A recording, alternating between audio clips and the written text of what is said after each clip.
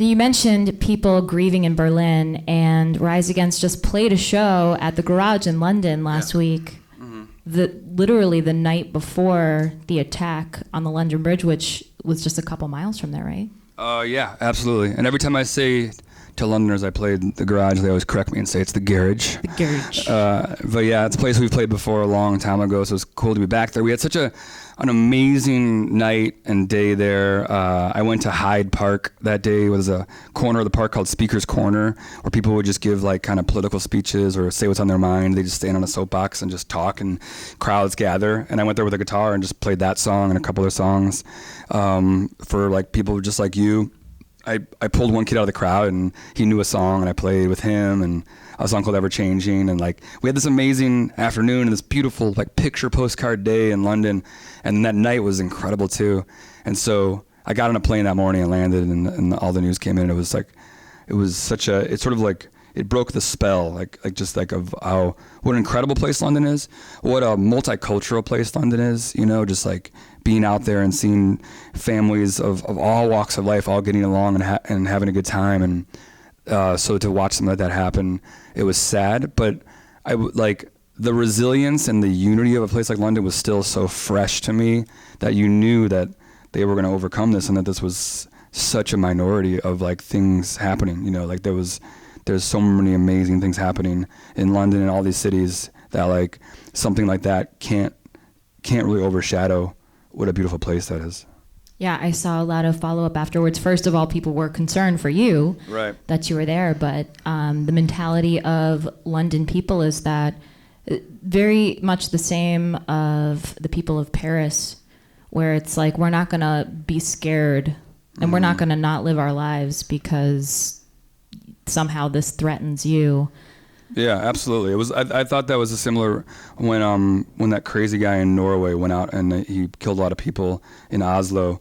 There was the day after, as the country was grieving, the journalists were bugging the prime minister and saying, what's going to happen in Norway now? What are we going to change to make sure this happens? And his answer was, we're not changing Norway.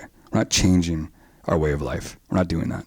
And it was such like a bold and brave answer, I thought, especially like I feel like this country has learned a lot of lessons in a post 9/11 America about what to do, what not to do, what kind of country you want to live in, and that's an ongoing process that we still argue and fight about, and so I feel like that's sort of the way we're getting smarter in the way we react to these things, and we're figuring it out, and it's so sad that it has taken something so tragic to make us kind of be smart, but it's created this dialogue about if this is going to happen, then the only thing we can really control is how we react to it. And so it gives me hope to watch people react to it in positive ways and appropriate ways. Well, and you have to know that, your band is the catalyst for a lot of those reactions. So many people rely on your music to help them through times of grief and strife and frustration, and I don't know if you feel a pressure from that.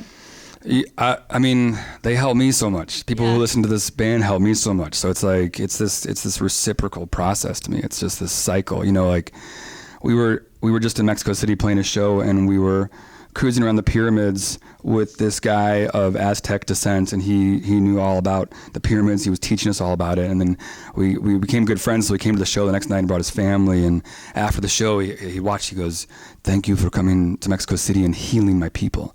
And it was like, that's what an incredible way to put that, like that we all have these wounds that we're looking to heal, but the four guys on the stage have those same wounds, and we started doing this here in Chicago in every bowling alley and place that would take us, and garage and basement, because we were looking to be healed too. And so to have it snowball into what it is this many years later, to be here with you on this radio station, we were just four kids playing the Fireside Bowl, and so it's pretty incredible.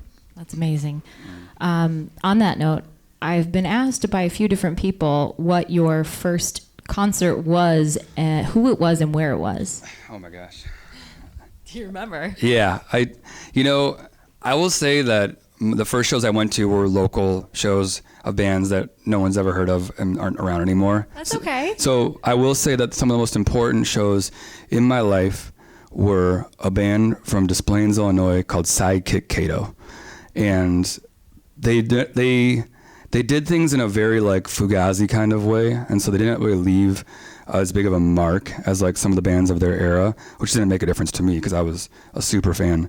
But it made me want to play music. But like, so I followed them around like the way people follow the Grateful Dead around. I was at any show I could get to, you know, they were heroes of mine. And then when I finally made it to like a big show, you know, I saw Nirvana and Jawbreaker open at the Aragon Ballroom. What? Yeah, that was a life-changing show. I was on the In Utero tour, and it also kind of introduced me to Jawbreaker, who became one of my favorite bands, and I'm very excited about Riot Fest this year because they're playing. I know, and you're going to be back, right? They're on. I think you have a show Saturday, so you could. Oh my God! It's in Canada. We're right there. You just opened such a can of worms of logistical travel, but yes, just so you know, the four guys in Rise Against are presently agonizing over direct flights from Edmonton to Chicago. Just tell me who I need to talk to. We'll figure it out because I'm pretty sure you can make Friday happen and Sunday. If anybody knows anyone who has a plane, that's basically what we need. Yeah.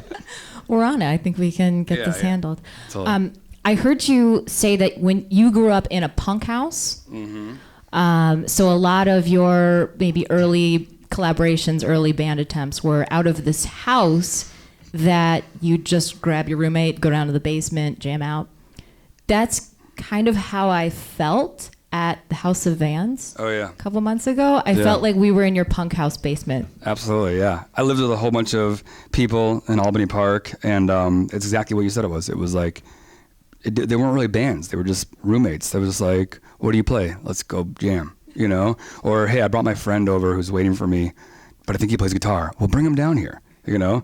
And that was Todd, who would eventually go on to play in Rise Against, you know, years later. And so, yeah, it was like my formative years. It was like from like 18 to like 25 probably. And it was so much fun. And we just played music just because we loved it. We had no aspirations. We weren't very careerist, you know, music like our music just wasn't really being played on the radio. And so you didn't have any sort of delusions that it one day would be, you know what I mean? Like it wasn't like we were trying to craft songs and send demos to agents. You know, everything that came along with being in Rise Against came to us as a surprise. None of my favorite bands sold more than 10,000 records.